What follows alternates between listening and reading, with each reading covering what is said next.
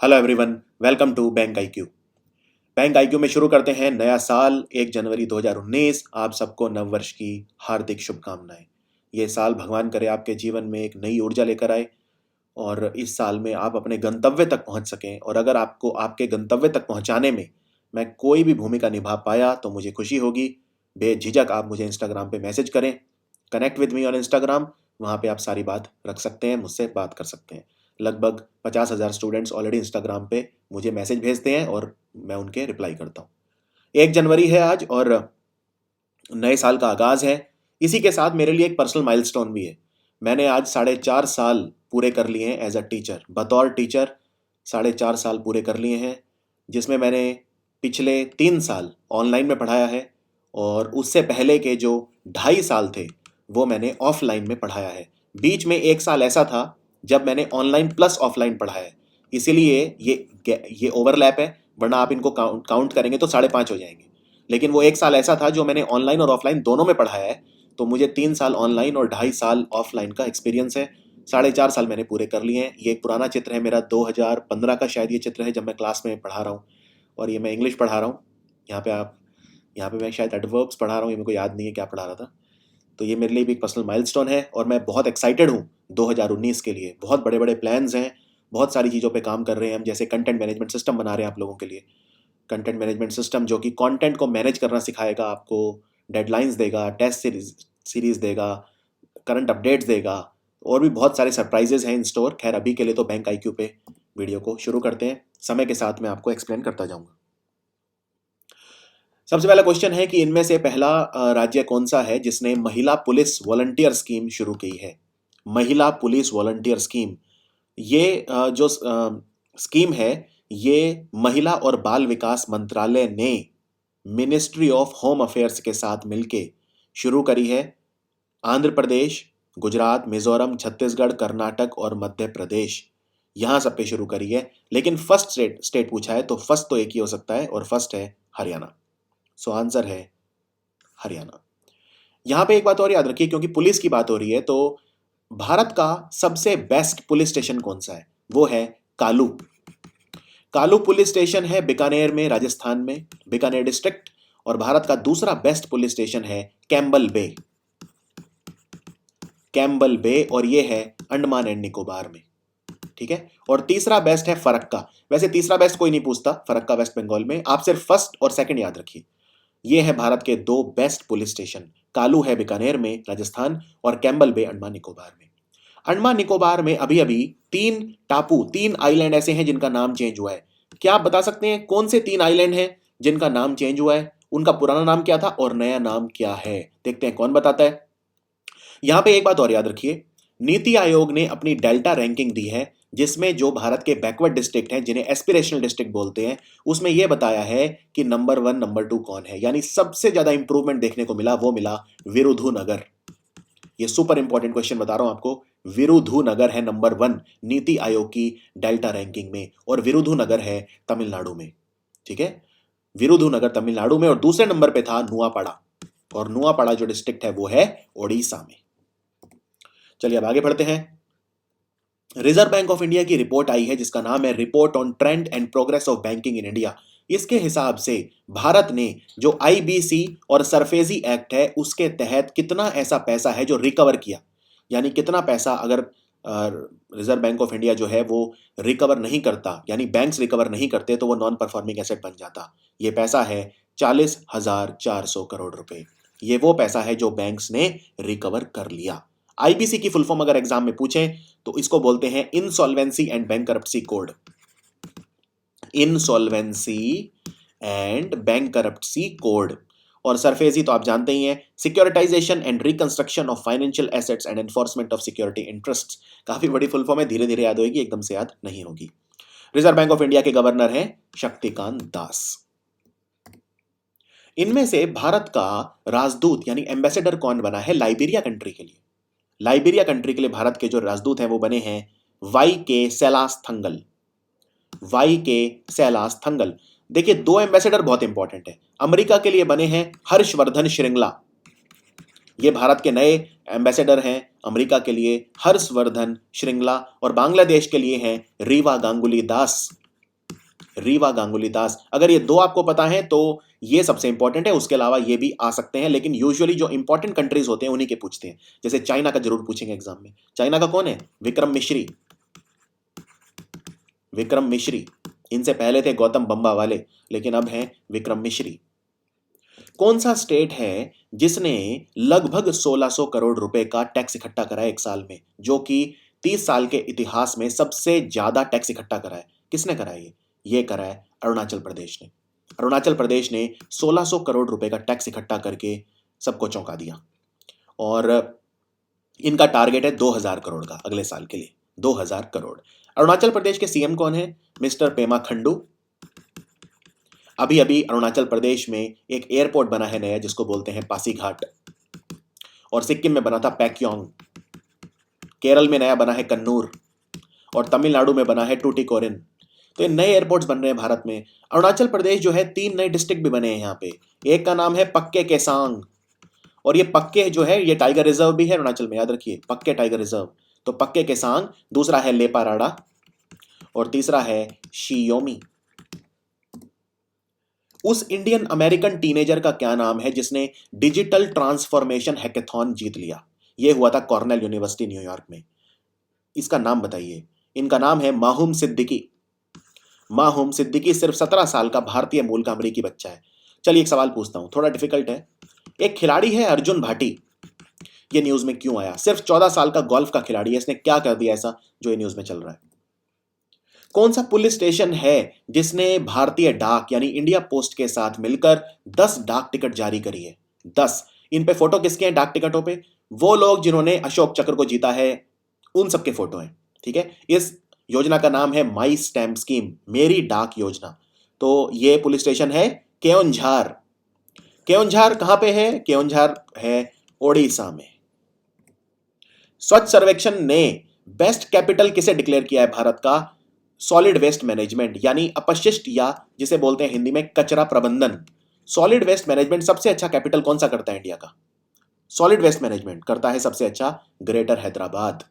तो greater Hyderabad municipal corporation करता है।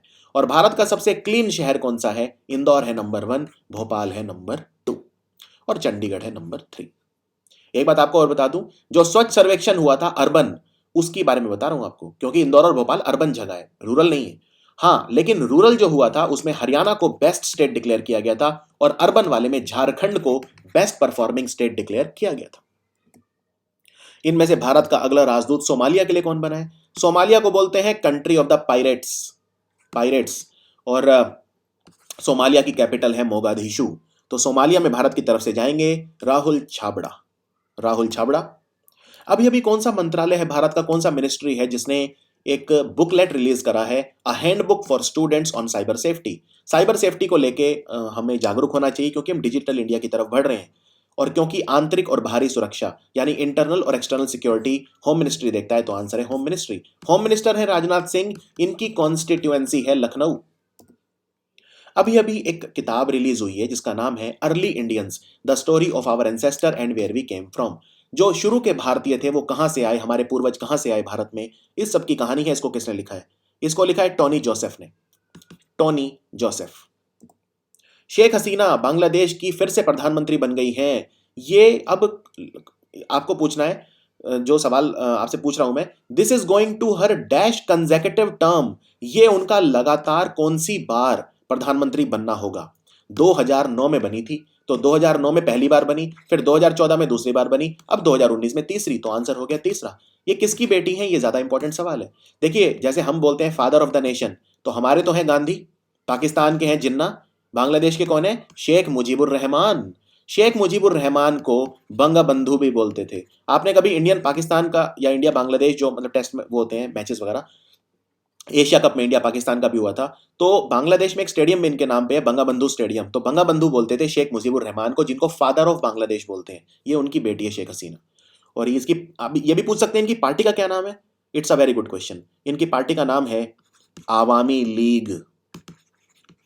क्या है? आवामी लीग। ये है शेख हसीना की पार्टी, यानी कि बांग्लादेश की रूलिंग पार्टी। हमारे जो हाउसिंग और अर्बन अफेयर के मंत्री हैं हरदीप सिंह पुरी, इन्होंने कहा है कि प्रधानमंत्री आवास योजना के तहत जो मिडिल इनकम ग्रुप है उनको जो लोन सब्सिडी दी जाती है घर बनाने के लिए, वो अब कब तक एक्सटेंड कर दी गई है? ये 31 मार्च 2020 तक एक्सटेंड कर दी गई है। 31 यानी कि 12 महीने के लिए बढ़ा दी। पहले इसको 31 मार्च 2019 को ही एक्सपायर हो जाना था और 31 मार्च 2019 ये हमारी डेडलाइन है जब हमारे बैंक्स को बेसल 3 कानूनों का उनको मानना है, कंप्लायंट होना है, बेसल 3 कंप्लायंट।